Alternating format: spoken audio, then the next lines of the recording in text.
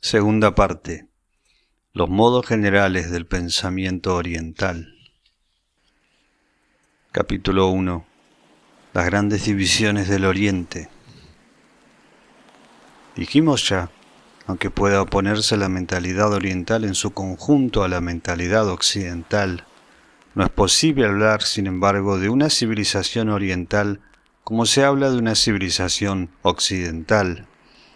Hay muchas civilizaciones orientales netamente distintas, y cada una posee, como lo veremos más adelante, un principio de unidad que les es propio y que difiere esencialmente de una u otra de estas civilizaciones. Pero, por diversas que sean, no obstante, todas tienen ciertos rasgos comunes, principalmente bajo el concepto de los modos de pensamiento. Y esto es precisamente lo que permite decir que existe, de manera general, una mentalidad específicamente oriental. Cuando se quiere emprender un estudio cualquiera, siempre es oportuno, para poner orden en él, comenzar por establecer una clasificación basada sobre las divisiones naturales del objeto que se va a estudiar. Es por eso que, antes de cualquier otra consideración, es necesario situar las diferentes civilizaciones orientales, unas con relación a las otras, ateniéndonos por lo demás a las grandes líneas y a las divisiones más generales, suficientes, por lo menos en una primera aproximación, puesto que no tenemos la intención de entrar aquí en un examen detallado de cada una de estas civilizaciones tomada aparte. En estas condiciones podemos dividir el Oriente en tres grandes regiones que designaremos, según su situación geográfica con relación a Europa, como Cercano Oriente, Oriente Medio y Extremo Oriente. El Cercano Oriente, para nosotros, comprende todo el conjunto del mundo musulmán. El Medio Oriente está esencialmente constituido por la India, y en cuanto al Extremo Oriente, es lo que se designa comúnmente bajo este nombre, es decir, China e Indochina. Es fácil ver desde el principio que estas tres divisiones generales corresponden a tres grandes civilizaciones completamente distintas e independientes, que son, si no las únicas que existen en todo el Oriente, por lo menos las más importantes y cuyo dominio está hecho más extendido.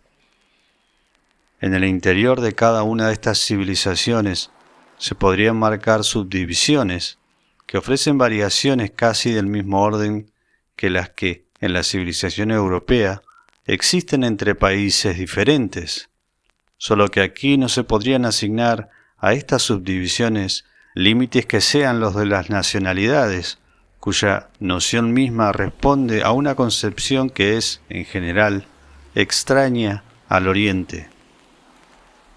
El Cercano Oriente, que comienza en los confines de Europa, se extiende no solo sobre la parte de Asia, que es la más vecina de esta, sino también al mismo tiempo sobre toda el África del Norte. Comprende, pues, a decir verdad, países que geográficamente son tan occidentales como la misma Europa. Pero la civilización musulmana, en todas las direcciones donde se ha extendido, ha conservado los caracteres esenciales que tiene de su punto de partida oriental, y ha impreso estos caracteres a pueblos extremadamente diversos, formándoles así una mentalidad común, pero no, sin embargo, hasta el punto de quitarles toda originalidad. Las poblaciones bereberes del África del Norte no se han confundido nunca con los árabes que viven sobre el mismo suelo, y es fácil distinguirlas no solo por los vestidos especiales que han conservado, o por su tipo físico, sino también por una especie de fisonomía mental que les es propia. Es cierto, por ejemplo, que el kabila está mucho más cerca del europeo, por ciertos lados, que el árabe. No es menos cierto que la civilización del África del Norte, en lo que se refiere a la unidad que posee, es no musulmana, sino aún árabe en su esencia. Y por otra parte, lo que se puede llamar el grupo árabe es, en el mundo islámico, el que tiene una importancia verdaderamente primordial, puesto que en él nació el Islam, y que su lengua propia es la lengua tradicional de todos los pueblos musulmanes, cualesquiera que sea su origen y su raza. Al lado de este grupo árabe, distinguiremos otros dos principales que podemos llamar el grupo turco y el grupo persa, aunque estas denominaciones no sean quizás de una rigurosa exactitud. El primero de estos grupos comprende sobre todo a los pueblos de raza mongólica, como los turcos y los tártaros. Sus rasgos mentales lo diferencian grandemente de los árabes, lo mismo que sus rasgos físicos, pero intelectualmente depende en el fondo de la intelectualidad árabe. Y por lo demás, desde el mismo punto de vista religioso, estos dos grupos, árabe y turco, a pesar de algunas diferencias rituales y legales, forman un conjunto único que se opone al grupo persa. Llegamos pues aquí a la separación más profunda que existe en el mundo musulmán, separación que se expresa por lo común, diciendo que los árabes y los turcos son sunitas, mientras que los persas son chiitas.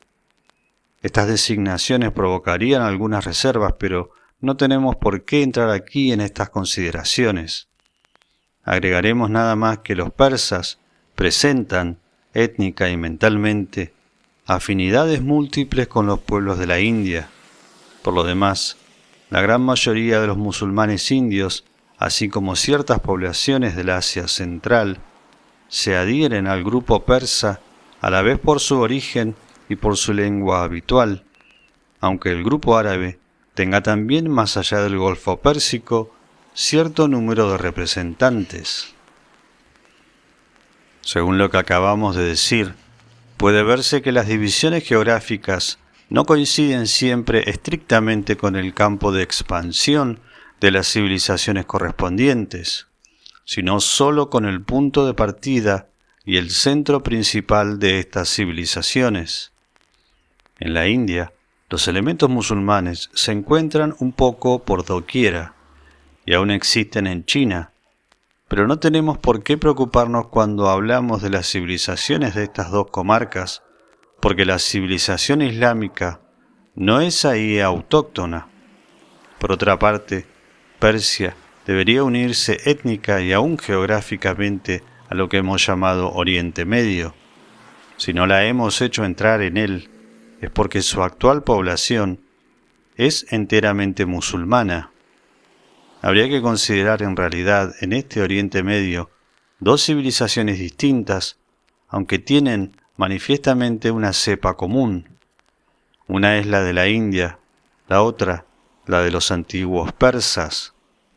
Pero esta última no tiene hoy como representantes más que a los parsis, que forman un grupo poco numeroso y disperso, unos en la India, principalmente en Bombay, y otros en el Cáucaso. Nos basta aquí con señalar su existencia. No queda pues por considerar, en la segunda de nuestras grandes divisiones, más que la civilización propiamente india, o más precisamente hindú, que abraza en su unidad a pueblos de razas muy diversas, entre las múltiples regiones de la India y sobre todo entre el norte y el sur. Hay diferencias étnicas tan grandes, por lo menos como las que se pueden encontrar en toda la extensión de Europa. Pero todos estos pueblos tienen, sin embargo, una civilización común y también una lengua tradicional común que es el sánscrito. La civilización de la India, en ciertas épocas, se difundió más al este y dejó huellas evidentes en ciertas regiones de la Indochina, como Birmania, Siam, Camboya y hasta en algunas islas de la Oceanía. Principalmente, en Java. Por otra parte, de esta misma civilización hindú ha surgido la civilización búdica, que se ha extendido bajo formas diversas sobre una gran parte de la Asia central y oriental. Pero la cuestión del budismo exige explicaciones que daremos más adelante. Por lo que hace a la civilización del Extremo Oriente, cuyos representantes pertenecen en realidad a una raza única, es propiamente la civilización china. Se extiende, como lo dijimos, a Indochina y de manera más especial a Tonkin y Annam, pero los habitantes de estas regiones son de raza china, o bien pura, o bien mezclada con algunos elementos del origen malayo, pero que están lejos de ser preponderantes. Hay motivo para insistir sobre el hecho de que la lengua tradicional inherente a esta civilización es inherentemente la lengua china escrita, que no participa en las variaciones de la lengua hablada, ya sea que se trate por lo demás de variaciones en el tiempo o en el espacio. Un chino del norte, un chino del sur y un anamita pueden no comprenderse al hablar, pero el uso de los mismos caracteres ideográficos, con todo lo que en realidad implica, establece entre ellos un lazo cuya potencia es totalmente insospechada por los europeos. En cuanto al Japón, que hicimos a un lado en nuestra división general, se liga al Extremo Oriente en la medida en que ha sufrido la influencia china, si bien posee, por otra parte, también con el Shinto, una tradición propia de un carácter muy diferente. Cabría preguntarse hasta qué punto estos diversos elementos han podido mantenerse a pesar de la modernización, es decir, de la occidentalización que fue impuesta a este pueblo por sus dirigentes, pero esta es una cuestión demasiado particular para que podamos detenernos aquí. Por otra parte, con toda intención omitimos en lo que precede hablar de la civilización tibetana, que sin embargo está lejos de merecer nuestro olvido, sobre todo desde el punto de vista que más particularmente nos ocupa. Esta civilización, en ciertos aspectos, participa a la vez de la India y de la de China, sin dejar de presentar caracteres que le son absolutamente especiales. Pero como los europeos la ignoran más completamente que cualquier otra civilización oriental, no se podría hablar de ella útilmente sin entrar en desenvolvimientos que estarían aquí fuera de propósito. No consideraremos, pues, teniendo en cuenta las restricciones que hemos indicado, más que tres grandes civilizaciones orientales que corresponden respectivamente a las tres divisiones geográficas que indicamos al principio, y que son las divisiones musulmana, hindú y china.